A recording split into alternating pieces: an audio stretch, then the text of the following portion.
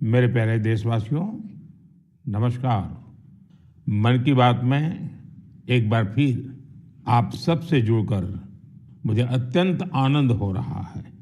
2026 का आधा साल बीतने को है। इन 6 महीनों में हमने मन की बात में देशवासियों की अनेक उपलब्धियों पर चर्चा की है। जून में भी देश ने कुछ ऐसी उपलब्धियां हासिल की हैं जो हर देशवासी को गर्व से भर देती हैं। ये सफलताएं देश की सुरक्षा और आत्मनिर्भरता से जुड़ी हैं। हाल ही में मुझे कोलकाता में नौसेना से जुड़े एक कार्यक्रम में शामिल होने का अवसर मिला। वहां आईएनएस दुनागिरी, आईएनएस संशोधक और आईएनएस अग्रय को भारतीय नौसेना के बेड़े में शामिल किया गया।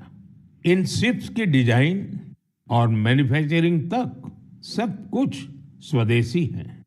साथियों, जून के महीने में ही एविएशन सेक्टर में भी देश ने एक बड़ी सफलता पाई। C295 यह विमान मेड इन इंडिया है और C295 विमान ने अपनी पहली उड़ान पूरी की है और ऐसे 40 विमान भारत में ही बनाए जा रहे हैं। इससे एमएसएमई और एरोस्पेस सेक्टर को नई शक्ति मिल रही है, रोजगार के अवसर बढ़ रहे हैं और आत्मनिर्भर भारत का संकल्प भी मजबूत हो रहा है। इसी महीने डीआरडीओ ने स्वदेशी long range land attack cruise missile का भी सफल परीक्षण किया है। इसको डीआरडीओ की लेबोरेटरी और इंडियन इंडस्ट्री पार्टनर्स ने मिलकर बनाया है। यानी आज समुद्र से लेकर आकाश तक हमारा भारत अधिक सुरक्षित और आत्मनिर्भर बन रहा है। साथियों, जून में एक और आयोजन हुआ जिसमें पूरी दुनिया भारत के प्रयासों से जुड़ी और ये कार्यक्रम था अंतर्राष्ट्रीय योग दिवस। इस बार दुनिया के 2500 से अधिक स्थानों पर योग के अनेक विविध कार्यक्रम हुए। हमारे देश में करोड़ों लोगों ने स्थान स्थान पर योग कार्यक्रमों में हिस्सा लिया। इस महीने अहमदाबाद में आयोजित विश्व योगासन चैंपियनशिप की भी बड़ी चर्चा हुई। इसमें भारत ने कुल 114 पदक जीते। इनमें 102 गोल्ड मेडल भी शामिल है। भारत इस चैंपियनशिप की पदक तालिका में पहले स्थान पर रहा। मैं सभी विजेता खिलाड़ियों को बहुत बहुत बधाई देता हूं। साथियों, किसी भी राष्ट्र की आत्मा उसके लोग होते हैं और जब उस देश के लोग कोई संकल्प लेते हैं तो कोई भी शक्ति उन्हें अपने लक्ष्य से डिगा नहीं पाती। राष्ट्र निर्माण में जन भागीदारी की ये ताकत भारत की बहुत बड़ी पूंजी है और इस जन भागीदारी का हम बार बार अनुभव कर रहे हैं। साथियों, पश्चिम एशिया में बनी युद्ध की स्थितियों को देखते हुए मैंने देशवासियों से कुछ आग्रह किए थे। मैंने कहा था कि जहां तक संभव हो कुछ समय के लिए गोल्ड सोना खरीदने से बचें। लोगों से कहा था कि विदेश में छुट्टियां मनाने से बचें। मैंने लोगों से कार पूलिंग को भी बढ़ावा देने की अपील की थी। मैंने किसानों से केमिकल मुक्त खेती के लिए, खेत बचाने के लिए और प्राकृतिक खाद का ज्यादा से ज्यादा इस्तेमाल का आग्रह किया था। साथियों, मैं देश के हर नागरिक का आभारी हूं कि मेरी अपील का उन्होंने न सिर्फ समर्थन किया बल्कि हर तरफ से उसमें अपना सहयोग कर रहे हैं। मुझे कई परिवारों ने संदेश भेजकर अपने अनुभव साझा किए हैं। कितने ही परिवारों ने तय किया है कि घर के विवाह में इस बार सोना नहीं खरीदेंगे। जरूरत पड़ी तो पुराने सोने को रिसाइकल करके नए गहने बना लेंगे। कितने ही लोगों ने सोशल मीडिया पर यह भी लिखा है कि कैसे उन्होंने इस बार विदेश यात्रा को टाल दिया है। साथियों, कार पुलिंग को लेकर भी लोगों ने अनेक अनुभव साझा किए हैं। जो लोग हर दिन एक ही दिशा में अपने अपने वाहनों से जाते थे, वे अब साथ जाने लगे हैं। लोग हर संभव बस और मेट्रो का उपयोग कर रहे हैं। इससे पेट्रोल और डीजल की बचत हो रही है। इसी तरह देश के अलग अलग हिस्सों में प्राकृतिक खाद की खपत बढ़ने की भी खबरें आ रही हैं। साथियों, मुझे इस बात की खुशी है कि इस ग्लोबल क्राइसिस का हम भारतीय मिलकर मुकाबला कर रहे हैं। मुझे विश्वास है जन भागीदारी की यही शक्ति हमें मजबूती देगी, हमें सफल बनाएगी।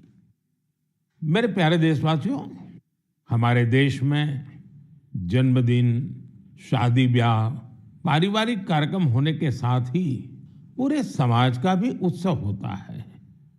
हर परिवार चाहता है कि उसकी खुशियां दूसरे के साथ भी साझा हो। लोग मेहमानों को उपहार भी देते हैं। साथियों, महाराष्ट्र के नांदेड़ में एक परिवार ने अपनी खुशियां बांटने के लिए ऐसा काम किया है जो चर्चा का विषय बन गया है। यहाँ नांदेड़ के बहादुरपुरा गांव में पेटकर परिवार रहता है। इस परिवार ने सोचा कि अगर खुशी बांटनी ही है तो ऐसी चीज दी जाए जो मुश्किल समय में किसी परिवार का सहारा बने। अपने घर में विवाह के अवसर पर इस परिवार ने गांव के लगभग 3,500 लोगों के लिए दुर्घटना बीमा की व्यवस्था की। हर व्यक्ति को 1 लाख रुपए का बीमा कवर दिया गया। इस पहल के पीछे की भावना बहुत स्पर्श करने वाली है। परिवार ने देखा था कि दुर्घटना के बाद परिवारों को आर्थिक कठिनाइयों का सामना करना पड़ता है। ऐसे समय में एक छोटी सी सहायता भी बहुत बड़ा संबल बन जाती है। साथियों, सरकार देश के करोड़ों परिवारों तक सुरक्षा का कवच पहुंचा रही है। प्रधानमंत्री सुरक्षा बीमा योजना के तहत केवल 20 रुपये के सालाना प्रीमियम, यानी केवल 1 साल के 20 रुपये का प्रीमियम, उस पर 2 लाख रुपए तक का दुर्घटना बीमा मिलता है। अब तक इस योजना से 58 करोड़ से अधिक लोग जुड़ चुके हैं। इनमें करीब 28 करोड़ हमारी माताएं, बहनें, बेटियां हैं, महिलाएं हैं। इस योजना से पीड़ित परिवारों को अब तक जो हिसाब मिला है, 3,700 करोड़ रुपए से अधिक की सहायता मिल चुकी है। साथियों, उसी प्रकार से प्रधानमंत्री जीवन ज्योति बीमा योजना भी उतनी ही अहम है। ये योजना व्यक्ति की दुखद मृत्यु होने पर उसके परिवार को 2 लाख रुपए का बीमा कवर देती है। इसका वार्षिक प्रीमियम सिर्फ 436 रुपये है, मतलब एक दिन का मुश्किल से 1.5 रुपया। इस योजना से अब तक 27 करोड़ से अधिक लोग जुड़े हैं। इसके तहत देश के करीब 11 लाख परिवारों को करीब 22,000 करोड़ रुपए की सहायता मिल चुकी है। ये आंकड़े बहुत बड़े हैं। इन आंकड़ों के पीछे लाखों परिवारों की अपनी अपनी कहानी है। कहीं किसी माँ को बच्चों की पढ़ाई जारी रखने में सहायता मिल गई, कहीं किसी पत्नी को घर की जिम्मेदारियां संभालने का सहारा मिल गया। साथियों, कई बार बहुत बड़ी सुरक्षा की शुरुआत बहुत छोटी राशि और एक छोटे से कदम से हो सकती है। छोटा सा भी निर्णय बहुत बड़ा बदलाव करता है।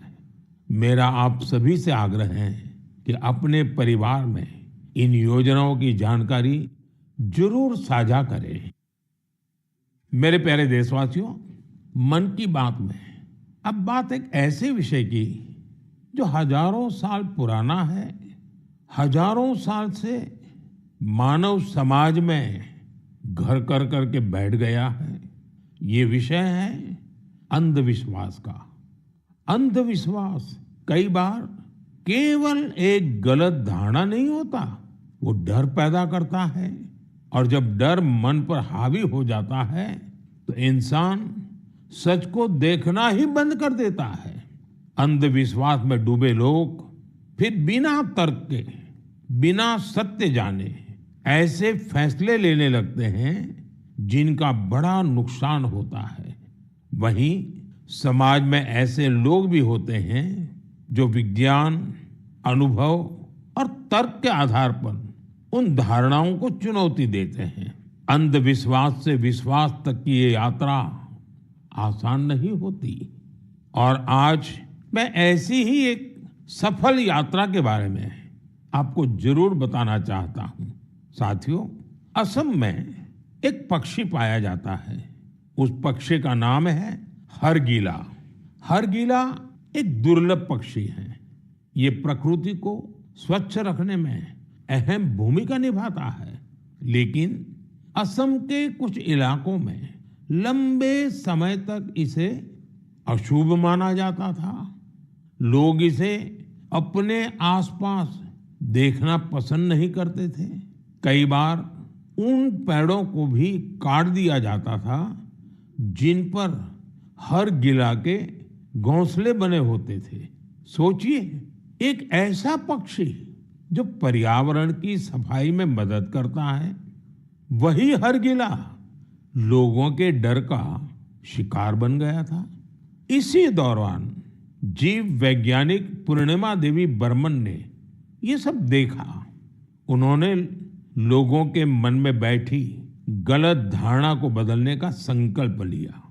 उन्होंने महिलाओं से बात की, उन्होंने लोगों को विज्ञान के आधार पर समझाया।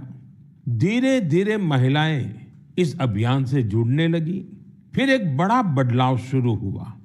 जिस पक्षी को कभी अशुभ मानकर भगाया जाता था, वही गांवों की पहचान बनने लगा। हजारों ग्रामीण महिलाएं हरगिला को बचाने के लिए आगे आई। आज उन्हें हरगिला आर्मी के नाम से जाना जाता है।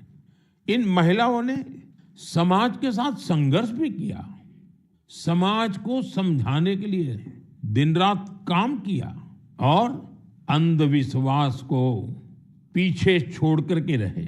उन्होंने दिखाया है जब सही जानकारी पहुंचाई जाती है तो वर्षों पुरानी सोच भी बदल सकती है। साथियों, मैं अक्सर कहता हूं, जो खेलता है वो खिलता है। आज देश में ऐसे युवाओं की संख्या बहुत तेजी से बढ़ रही है जो खेल भी रहे हैं और खिल भी रहे हैं। पहले की तुलना में अब कहीं अधिक युवा खेलों को कैरियर के रूप में अपना रहे हैं। मुझे नागालैंड के दो ऐसे प्रयासों के बारे में जानकारी मिली है जो बहुत दिलचस्प है। पहला प्रयास है नागालैंड बेबी लीग। नाम सुनकर आपको जरूर लगता होगा कि ये बहुत छोटे बच्चों की कोई साधारण लीग होगी, लेकिन ऐसा नहीं है। ये 5 से 10-12 साल की आयु के छोटे छोटे बच्चे, फूल जैसे बच्चों की एक असाधारण लीग है। और इन बच्चों के फुटबॉल खिलाड़ियों की एक ऐसी लीग है जो उनकी रफ्तार को और प्रतिभा के लिए उनको प्रेरित भी करती है और उनकी पहचान भी बनाती है। इसकी शुरुआत नागालैंड के अधिक से अधिक बच्चों को फुटबॉल से जोड़ने के लिए हुई थी। 5 से 12 वर्ष तक के लड़के और लड़कियां इसमें हिस्सा ले सकते हैं। ये लीग अब अपने 3 वर्ष पूरे कर चुकी है। इस लीग का बच्चों के मन पर बहुत अच्छा प्रभाव पड़ा है। साथियों, नागालैंड में एक और अच्छा प्रयास हो रहा है। इसका नाम है नागालैंड विमेन फुटसल लीग। हो सकता है आपके लिए ये फुटसल एक नया नाम होगा। मैं आपको बताता हूँ, फुटसल को इंडोर फुटबॉल भी कहा जाता है। इसमें एक टीम में केवल 5 खिलाड़ी होते हैं। खेल का मैदान भी फुटबॉल के मैदान से बहुत छोटा होता है। इस कारण खिलाड़ियों को तेज फैसले लेने होते हैं। उन्हें अपनी टेक्निक और स्किल का बेहतर इस्तेमाल करना पड़ता है।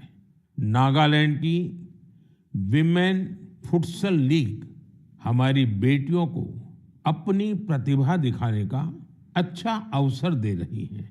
मैं ऐसी पहलों के लिए नागालैंड के लोगों की सराहना करता हूं। ऐसे प्रयास देश के दूसरे हिस्सों को भी प्रेरणा देते हैं। साथियों, ये टेक्नोलॉजी का युग है। हर दिन नई रिसर्च हो रही है, नए नए एआई इनोवेशन सामने आ रहे हैं। इस दौर में एक सवाल बहुत महत्वपूर्ण है, लोगों की क्रिएटिविटी को कैसे बचाए रखा जाए। नई टेक्नोलॉजी के साथ आगे बढ़ते हुए हम अपनी जड़ों से कैसे जुड़े रहें, इन सवालों का समाधान खोजा है नालंदा विश्वविद्यालय ने। हजारों साल पुरानी हमारी नालंदा विश्वविद्यालय अब नए अवतार के रूप में भारत का भाग्य गढ़ रही है। 2 साल पहले मुझे नालंदा विश्वविद्यालय के नए परिसर के लोकार्पण का अवसर मिला था। नालंदा विश्वविद्यालय ने शास्त्रार्थ की हमारी प्राचीन परंपरा को फिर से जीवन किया है। शास्त्रार्थ केवल अपनी बात रखने का माध्यम नहीं है, ये वाद, संवाद और मंथन की एक अनुशासित प्रक्रिया है। इसमें तर्क के साथ, तथ्य के साथ अपनी बात कहना बहुत जरूरी होता है और उसमें आपकी महारत होनी चाहिए। दूसरों के विचारों को धैर्य से सुनने और समझने की सीख भी इस शास्त्रार्थ की प्रक्रिया से मिलती है। मुझे खुशी है कि नालंदा विश्वविद्यालय ने इसे अपने दीक्षांत समारोह का हिस्सा बनाया। इसमें भाग लेने वाले करीब आधे स्टूडेंट्स अन्य देशों से आए थे। एक प्राचीन परंपरा को आज के समय से जोड़ने का ये प्रयास बहुत सराहनीय है। मैं इसके लिए नालंदा विश्वविद्यालय को बहुत बहुत बधाई देता हूं। मैं देश के दूसरे विश्वविद्यालयों से भी आग्रह करूंगा कि वे ऐसी पहल पर विचार करें। साथियों, जड़ों से जुड़े रहकर युवाओं को नई टेक्नोलॉजी के लिए तैयार करने का एक और अच्छा प्रयास हो रहा है। दिल्ली में स्थित central Sanskrit university artificial intelligence और डेटा साइंस में बीटेक प्रोग्राम शुरू करने जा रही है। ये आधुनिक टेक्नोलॉजी को भारत के पारंपरिक ज्ञान से जोड़ने की दिशा में एक महत्वपूर्ण कदम है। इससे भारतीय भाषाओं के लिए नए एआई टूल्स तैयार करने में मदद मिलेगी। हमारे प्राचीन ग्रंथों और पांडुलिपियों को डिजिटल रूप में संरक्षित करने के काम को भी नई गति मिलेगी। मैं सेंट्रल संस्कृत यूनिवर्सिटी को इस प्रयास के लिए बहुत बहुत शुभकामनाएं देता हूं। साथियों, आज भारतीय संस्कृति दुनिया के अलग अलग हिस्सों तक पहुंच रही है। हमारे गीत, संगीत और आध्यात्म को दुनिया भर के लोग जान रहे हैं और अपना रहे हैं। भारत से हजारों किलोमीटर दूर कैरिबियन सागर में डोमिनिकन रिपब्लिक नाम का एक देश है।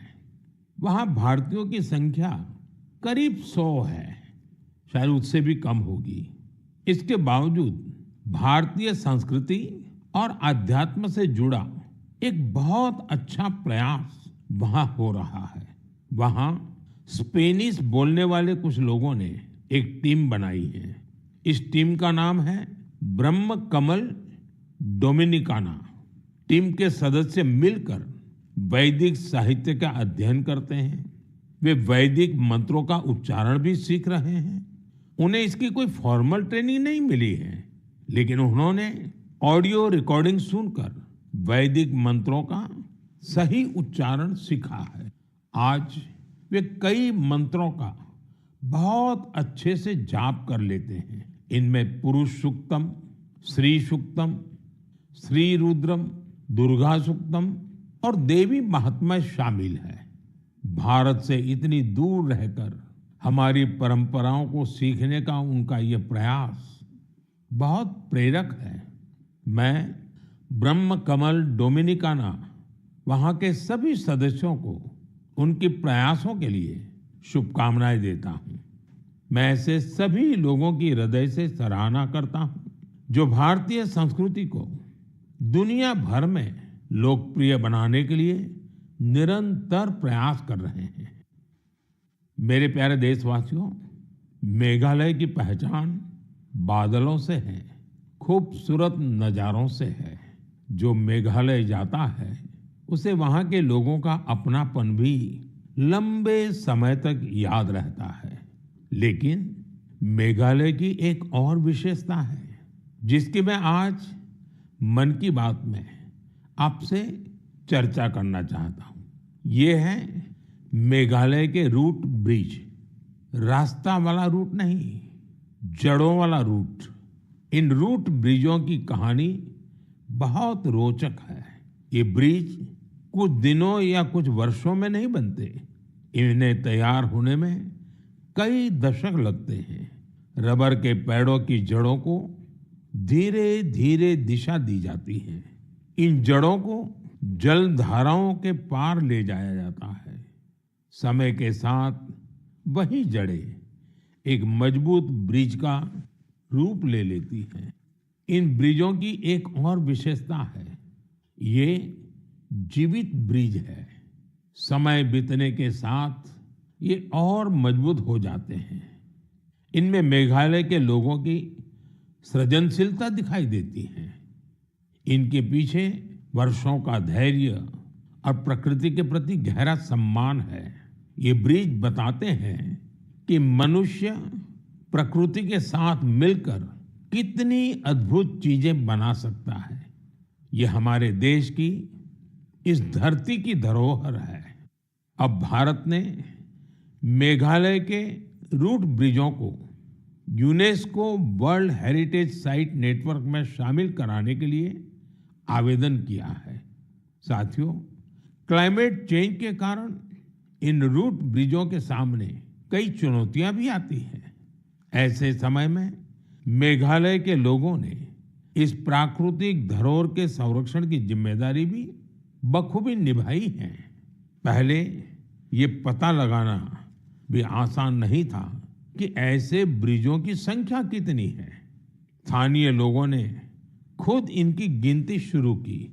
इसके बाद समुदायों ने इन ब्रिजों की देखभाल की जिम्मेदारी भी संभाली। आज स्थानीय लोग 120 से अधिक रूट ब्रिजों की देखरेख कर रहे हैं। कुछ टीमें हर साल इन पुलों की स्थिति की जांच करती हैं। कुछ लोगों ने आसपास के क्षेत्र को मजबूत बनाने के लिए नर्सरी भी तैयार की है। इस तरह के इनके संरक्षण के लिए एक पूरा इकोसिस्टम तैयार हो गया है। आपने देखा होगा, इस वर्ष हैली वारजी को पद्म अवार्ड से सम्मानित किया गया है। उन्होंने अपने जीवन के 50 से अधिक वर्ष इन रूट ब्रिजों की देखभाल में लगाए हैं। उनका समर्पण हम सभी के लिए प्रेरणादायक है। साथियों, आपने कभी इन रूट ब्रिजों की यात्रा की हो तो उनकी तस्वीरें सोशल मीडिया पर जरूर साझा कीजिए। आपकी तस्वीरें दूसरे लोगों को भी मेघालय की इस अनोखी धरोहर के बारे में जानने के लिए प्रेरित करेगी। मेरे प्यारे देशवासियों, हम सभी चाहते हैं कि हमारा गांव, साफ सुथरा हो, हमारा शहर सुंदर दिखे। लेकिन शायद ही कभी रुककर ये सोचा जाता है कि हमारे आसपास जो कचरा जमा होता है, कौन उसे साफ करता है?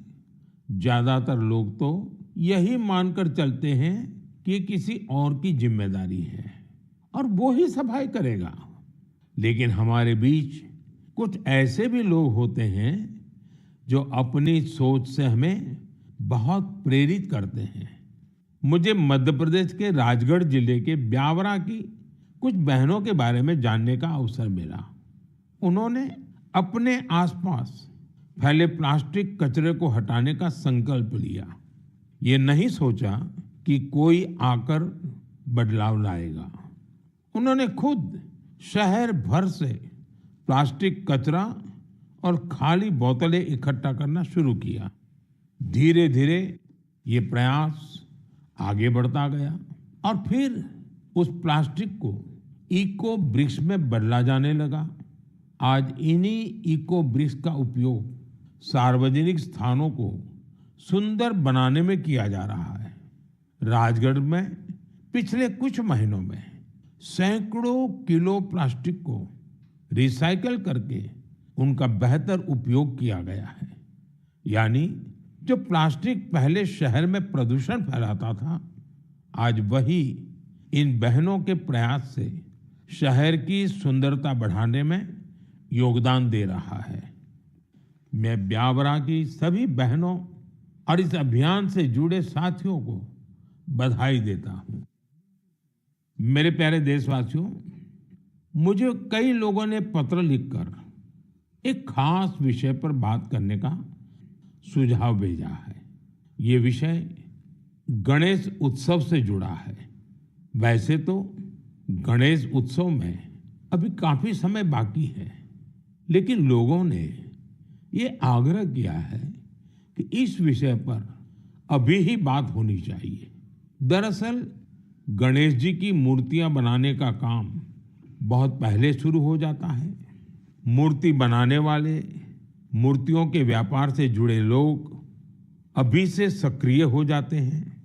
इसलिए मेरा आप सभी से एक आग्रह है, आप प्रयास करें कि आपके घर, सोसाइटी या आसपास की जगहों पर गणपति बप्पा की जो मूर्ति स्थापित हो, वो हमारे देश की मिट्टी से बनी हो, वो हमारे अपने कुम्हारों और स्थानीय कलाकारों के हाथों तैयार हुई हो।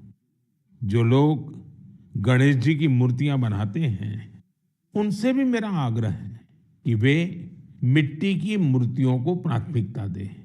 और जो लोग मूर्तियां खरीदते हैं, वे भी यह जरूर देखें कि गणपति बप्पा की मूर्ति किससे बनी है और किस देश में तैयार हुई है। प्लास्टर ऑफ पेरिस से बनी मूर्तियां बिल्कुल न खरीदें।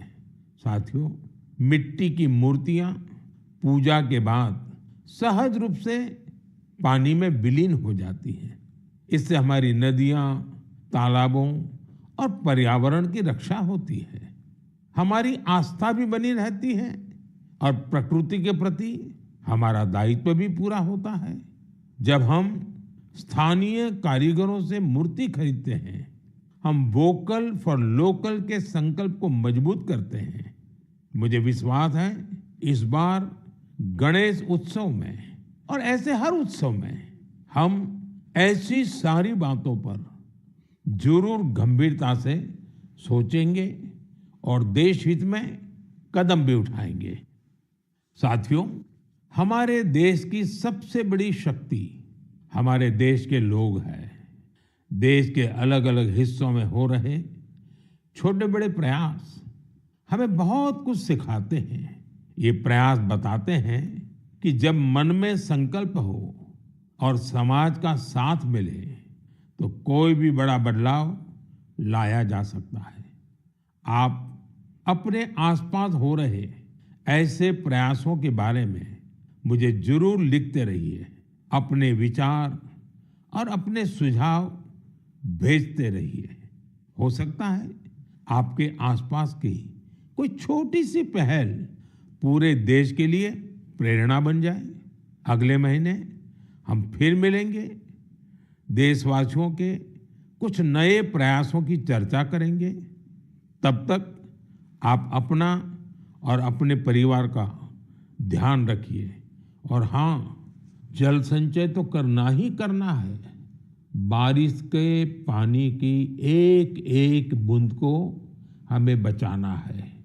कैच द रेन, ये अभियान जरा भी ढीला नहीं होने देना है। तो मेरा खास आग्रह है, वर्षा का बूंद बूंद पानी हम मिलकर के बचाएं। बहुत बहुत धन्यवाद। नमस्कार।